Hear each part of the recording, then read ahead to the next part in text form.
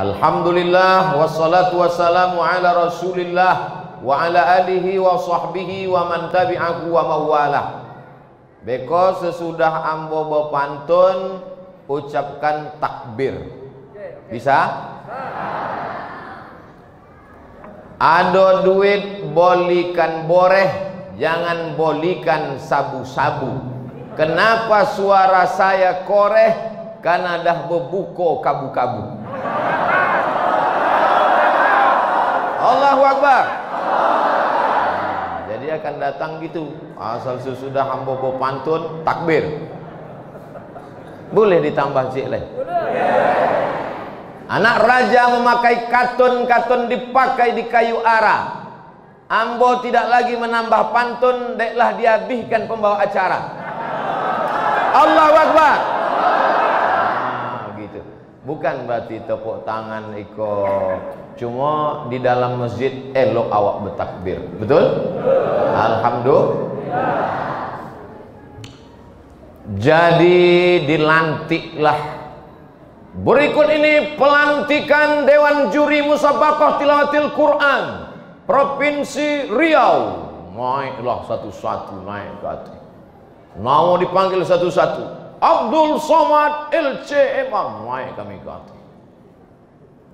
Orang berkumpul sekeliling stadion full.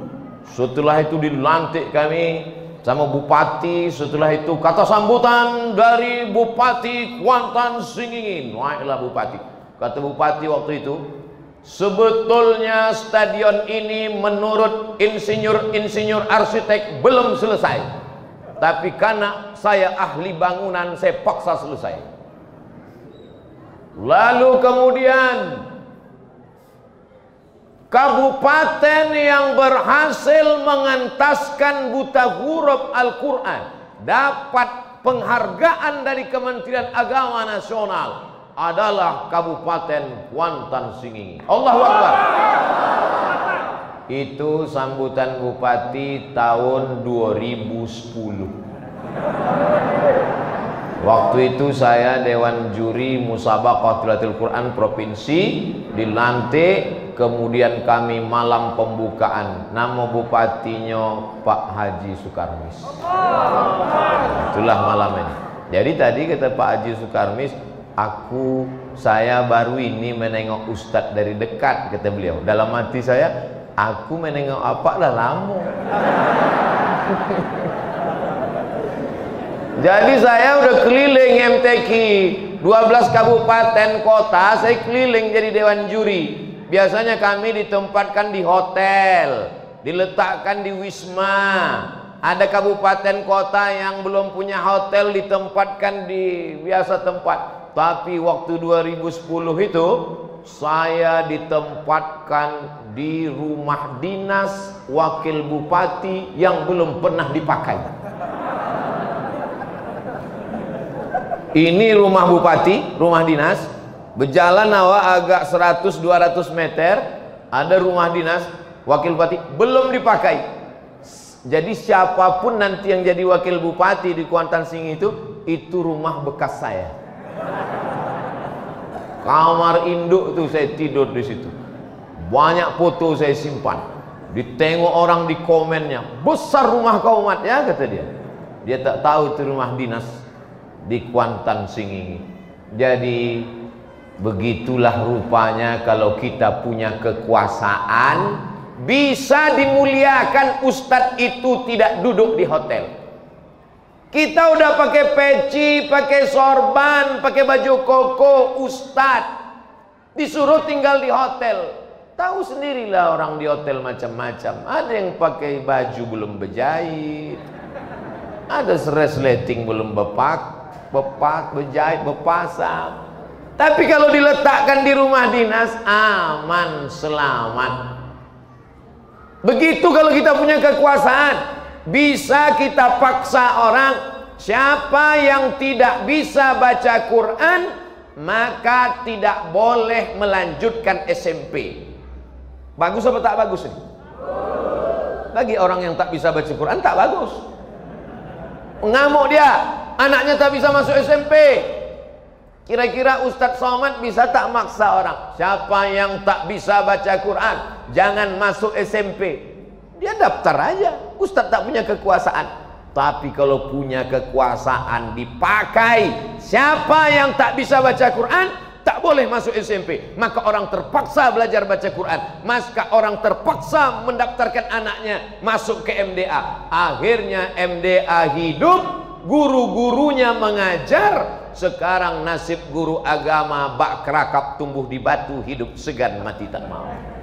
Tapi itu tidak terjadi di Kuantan Singingi. Kenapa? Ada segenggam kekuasaan dipakai untuk menolong agama Allah Subhanahu wa ta'ala. Begitu.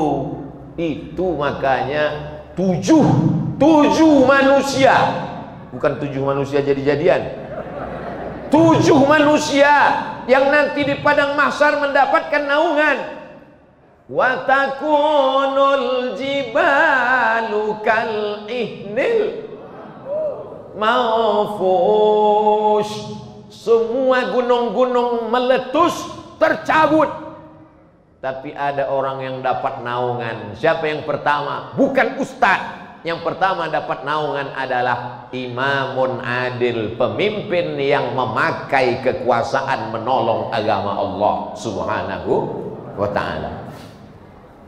Berapa anak Kuansing yang terselamatkan dari buta huruf Al-Quran?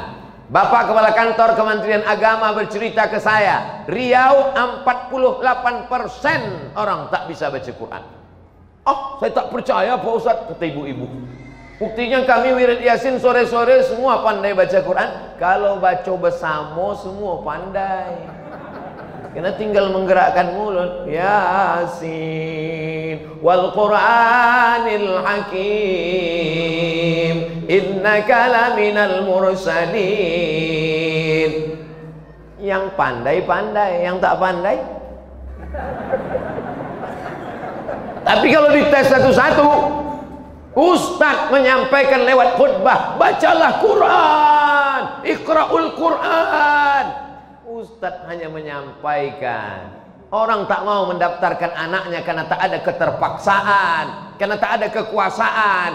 Maka ketika orang berkuasa peduli pada Quran, peduli pada masjid, peduli kepada ulama, peduli kepada qari, disitulah baru bermakna kekuasaan. Yang saya sampaikan ini betul atau tak betul? Terserah. Kalau ada yang bilang tak betul, saya tak marah. Saya biasa diejek, dicaci maki di internet itu, saya cuek aja.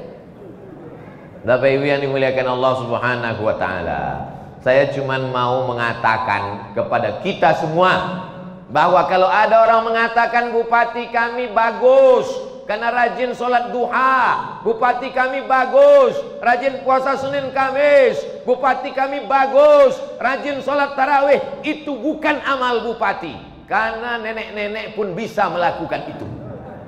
Sholat duha, baca Quran, baca Yasin, tahlil, semua orang bisa melakukan itu. Tapi ada satu amal yang tak bisa dilakukan ustadz, yang tak bisa dilakukan emak-emak, yang tak bisa dilakukan anak muda. Apa itu? Menggunakan kekuasaan menolong agama Allah Subhanahu wa ta'ala. Allahu Akbar. Makanya beberapa bulan yang lalu ada kawan saya bawa brosur ditunjukkannya. Ini calon-calon Bupati Kuansing, kata dia. Coba tengok ini. Coba Ustaz tengok yang satu nih. Kenapa? Coba tengok program agamanya. Akan membuat tahfiz, katanya. Oh mantap nih, kata saya. Kalau gitu perlu kita dukung. Kata saya tak perlu didukung. Ini duduk nih. Karena programnya tahfiz. Dulu Kuansing ini programnya hanya baru sebatas anak-anak membaca. Maka setelah membaca naik ke atas menjadi menghafal. Saya ke depan tidak mau lagi datang ke Kuantan Singingi, tablik akbar, maulid Nabi, Isra Mi'raj, halal bihalal, melepas jamaah haji, tahun baru hijrah, Isra Mi'raj, maulid Nabi. Saya tak mau lagi. Karena kita sudah keliling Kuantan Singingi, Gunung Towar, sudah pergi ke Masjid Agung, sudah pergi ke kampung-kampung, sudah semuanya. saya akan datang ke Kuantan Singingi dalam rangka potong pita peresmian rumah tahfiz seluruh kecamatan. Allahu Akbar. Berikut ini pemotongan 100 pita oleh Bupati beserta bapak-bapak, ibu-ibu, alim ulama celik pandai. Abdul Somad ikut juga memotong 100 pita. Dek pita kau banyak betul, jadi memotongnya pakai gunting pagar. Abdul Somad datang lagi ke Kuantan Singingi, bukan tablik akbar, maulid Nabi, Isra Mi'raj, nuzul Quran, halal bihalal, melepas jamaah haji. Kita udah selesai dengan itu. Abdul Somad datang lagi, acara apa? Acara wisuda 100 anak tahfiz di stadion dekat Masjid Agung. Allahu Akbar. Wisuda 1000 anak Kuantan Singingi hafal Quran juz 30. Belum 30 juz. Juz 30 aja dulu. Untuk show, untuk bangkitkan semangat. Berikut ini dari kecamatan, dari kelurahan tampil ke depan, anaknya membaca Bismillahirrahmanirrahim, amma yatasaalun anin naba'il azim. Juz 30. Meleleh air mata ayahnya menengok anak mengaji di depan 15.000 orang. Dulu di zaman Pak Haji Sukarmis yang diwisuda itu MDA 15.000 orang. Tapi yang betul-betul diwisuda cuma 5.000. Yang 10.000 ayahnya sama emaknya. Ikut. Nggak apa-apa, semangat. Menangis apanya? Menangis ayahnya. Ditanya, kenapa bapak menangis? Haru saya Pak Ustadz. Kenapa bapak haru? Ambo nggak pandai mengaji. Tapi anak ambo menyelamatkan generasi ini adalah dengan memasukkan anak-anak kita. Kalau dibuatkan program setiap kecamatan ada rumah tahfiz, maka barulah ustadz-ustadz kori-kori penghafal Quran. Selama ini juara 1 MTQ kecamatan, dibawa ke provinsi, dibawa ke nasional, habis itu tak diberdayakan. Tapi kalau setiap kecamatan, maka Pak Camat pula sibuk menghidupkan. Ada satu kejadian di Riau. Anak ini hebat, hafal Quran, dibawa kabupaten juara 1, dibawa provinsi juara 1, dibawa nasional juara 1, dibawa internasional ke luar negeri tak bisa. Kenapa? Lain KTP sama paspor. Rupanya pemain naturalisasi dari Jawa Barat. Itu tidak terjadi di Kuantan Singingi. Kenapa? Asli produk lokal anak bangsa kita yang sudah dididik dari kecamatan, dari mulai baca Quran, tahfiz Quran, sampai tafsir Quran. Jangan main-main sama orang Kuantan Singingi. Abdul Somad di Al-Azhar cuma sampai LC, habis LC balik. Tapi orang Kuantan Singingi S1 LC hadis, lanjut S2 MA hadis, tamat dari Al-Azhar, sekarang pulang di pesantren Syafa'atul Rasul, namanya Ustadz Irsyad, adik kelas saya. Dia memang tidak tablik akbar ceramah macam Ustadz Somad. Kaling kosong nyaring bunyinya, ambo kok nyaring dek kosong, ngenyo berisi, nyo kok diam. Ya main-main seorang kuansik. S1 Al-Azhar, S2 Al-Azhar, menyambung lagi Al-Azhar. Ambo bapak ibu yang dimuliakan Allah, dulu pertama pulang jangan pakai titel. Ambo pesan sama pengurus masjid, panggil saja Ustadz Abdul Somad, dah, jangan tulis-tulis LCMA.